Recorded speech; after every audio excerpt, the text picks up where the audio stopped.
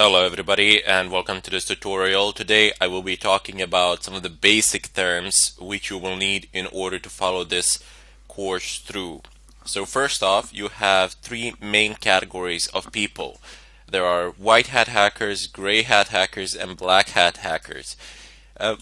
Everything that we will be doing falls into this category here. So white hats. Those are people whose activities are within the confines of the law. There are people such as pen testers, ethical hackers, people like you and me, and so on. Then you have gray hat hackers whose activities are bordering between legal and illegal. It's a bit of a shady area there. In addition to that, you have the most known category, which is black hat hackers. And usually, and unfortunately, every time somebody hears the term hacking, it is associated with people from black hat world. There are people who conduct all sorts of illegal activities or conduct activities without any regard for the law and, I don't know, extract information from certain servers, credentials, your credit card information, take services down, usually to extract some sort of financial gain. In any case, down below you have footprinting. Now, the act of footprinting is basically information gathering. You're conducting some sort of reconnaissance work. You are figuring out the IP of the server, figuring out which ports are open, and with that you can conclude which services are running there. But it doesn't necessarily need to be confined to the digital world. The act of footprinting can also be when you go to the company itself. You just walk in. It doesn't necessarily need to be a company. It can be pretty much any building with the servers in it. And you have a look around. You try to gather some information there on site, or you go and you dig to their trash cans. Go behind the building, jump into those trash containers, and get some information from there. Also, people have been known to go onto parking lots to see who the employees are, who works there, all sorts of things. So this is just general information gathering in regards to your chosen target. It doesn't need to be confined to the digital world. Anyway, down below you have certain types of attacks. You have DOS and DDoS. Basically the same thing implemented in a different way. DOS stands for denial of service, usually called childish attacks because they were relatively easy to implement, and they still are, provided of course you have enough machines, but that's the domain of DDoS. In general, what happens here is that you perform a certain amount of requests, more requests than a server can handle, and then server begins dropping connections. For example, Apache web server, I believe by default it can handle up to 10,000 connections or so. And if you can make more than 10,000 requests, basically everybody else making any sort of requests will not be able to access the website because their connections will be dropped simply because Apache will say, okay, I have too many users, I have more users than I can handle, all the other connections will be dropped by default, thereby making the site inaccessible even though you haven't really broken any codes, you haven't really broken through any firewalls or stolen any passwords or anything of a kind. But when you're DOSing something, it's just you. So all the requests, everything is coming just from your own computer. And that is not always the most efficient of ways. In fact, it generally can only work if there is a flaw in the way in which requests are processed. However, that is why you have DDoS attacks.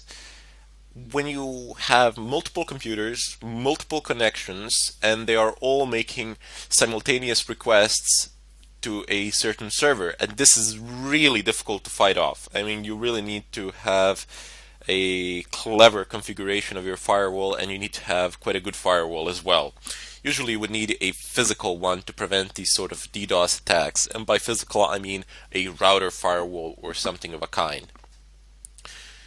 This is quite difficult to, it's not difficult to actually do the attack itself, as it is difficult to make the necessary preparations.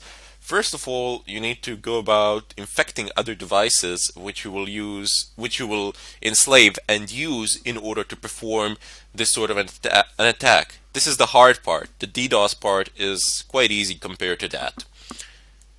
For that, in order for you to infect other computers, you need two things. You need RATs, remote administration tools, and you need to make them fully undetectable. That is what the term FUD stands for. So it just means that they cannot be detected by antiviruses, or more precise term would be that they are not labeled as something malicious by antivirus programs.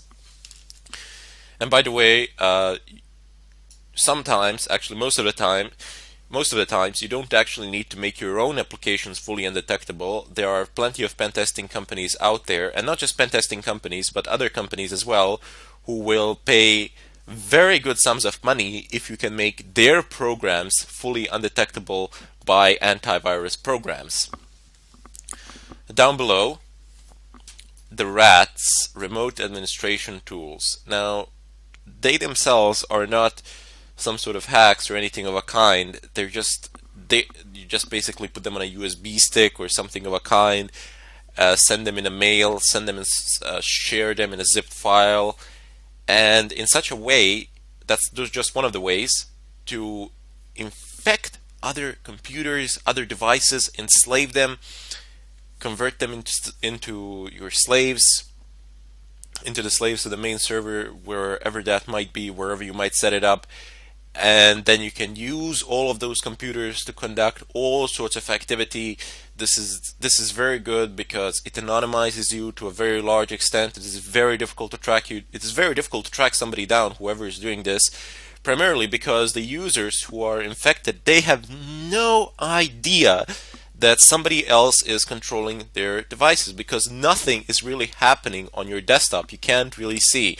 All the processes running are being run in the background, and your processor is executing them using up. The only way to see it would be basically to start up a task manager or something of a kind, and then see the running processes, and perhaps you could spot it there, but not even there if somebody has implemented a rootkit. So a rootkit is a tool basically which you install onto an operating system, and it is able to hide running processes from the system itself. So when you, for example, start a task manager in Windows or something of a kind, the purpose of a rootkit would be to hide the processes from the task manager.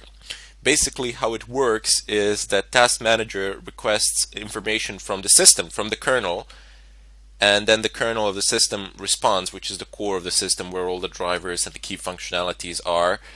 The kernel of the system then responds, hey, I have this, and this process running, here you go.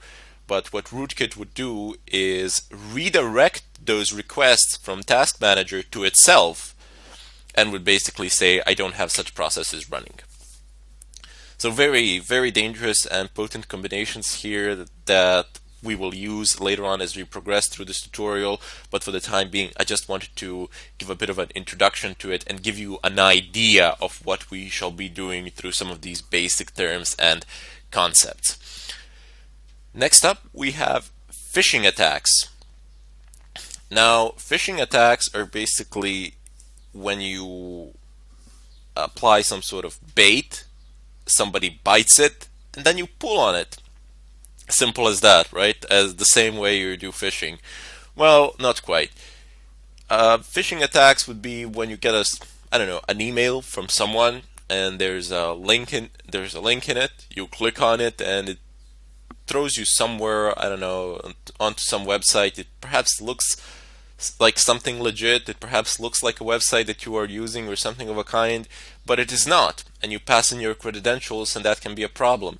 But this is generally avoided today. This is not something that happens in such a way. Rather, instead, what happens these days is that the DNS servers get changed on your routers, and once that happens, all the requests that you make on your web browser get redirected. So for example, if you type in facebook.com, you're going to get a domain with facebook.com from some private DNS server, God knows where, whose MX records are altered, and they have been configured, for example, to make redirections to interpret, sorry, not redirections, but rather instead to interpret facebook.com to a certain IP address that does not belong to Facebook or anything like that. So you open up your Facebook, it looks exactly the same. There is no way to tell, because in the upper left corner of the screen you have the domain name written. It's www.facebook.com, and basically provide in login credentials. Once you do that, they're gone. Somebody has them. One of the ways to detect this, even though it's very, I mean, it's not hard, but nobody really pays any attention to it. In the upper left corner, you might check whether the protocol is HTTPS instead of HTTP. Because usually, if these kind of attacks are conducted, it's not going to be HTTPS, as that is a lot harder to implement. But if it is HTTPS, there really wouldn't be any legit way of figuring it out other than actually checking the keys, checking the certificates, and nobody actually does that. I mean, well, maybe not nobody, but 99% of users out there are not going to bother to go about conducting such checks. Anyway, I know it sounds a bit complex, but believe me, I will explain this in great details. I will give you several demonstrations, and by the end of this course you will understand and know how to do this with great ease. It will not present a significant obstacle in your line of work. Excellent. Now that we have approximately half of these terms out of our way, I will continue to deal with them in the follow-up tutorial, and I sincerely hope to see you all there.